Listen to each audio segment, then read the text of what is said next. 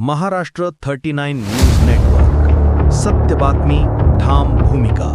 गेल्या 2 दिवसांपासून ढगाळ वातावरण असलेल्या जळगाव जिल्ह्यात अनेक तालुक्यांमध्ये अवकाळी पावसाच्या जोरदार सरी कोसळल्या.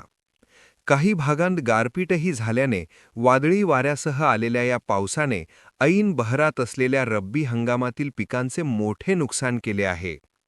अवघ्या 45 मिनिटात निसर्गाने केलेल्या या तांडवामुळे शेतकऱ्यांचा हातातोंडाशी आलेला घास हिरावला गेला असून बळीराजा पुरता हवालदिल झाला आहे. चोपडा, एरंडोल, पारोळा, धरणगाव तसेच गिरणा नदी परिसराला या अवकाळी पावसाचा मोठा फटका बसला आहे. विशेषतः नागलवाडी, खडके बुद्रुक, जवखेडे खुर्द, दापोरी आणि रवंजे या गावांमध्ये पावसाची तीव्रता अधिक असल्याची माहिती स्थानिक शेतकऱ्यांनी दिली आहे. वादळी वाऱ्यामुळे केळी, गहू, ज्वारी व मका ही पिके पूर्णपणे आडवी पडून जमीनदोस्त झाली आहेत.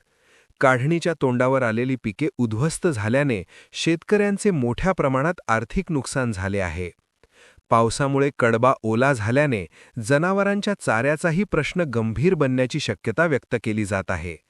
अनेक शेतांमध्ये पिकांचे मोठ्या प्रमाणावर नुकसान झाल्याने पुढील आर्थिक नियोजन कोलमडण्याची भीती शेतकरी व्यक्त करत आहेत. या अचानक ओढवलेल्या नैसर्गिक संकटामुळे जनजीवन विस्कळीत झाले असून शेतकऱ्यांनी महसूल प्रशासनाने तात्काळ पंचनामे करून नुकसानग्रस्त शेतकऱ्यांना भरपाई द्यावी अशी जोरदार मागणी केली आहे.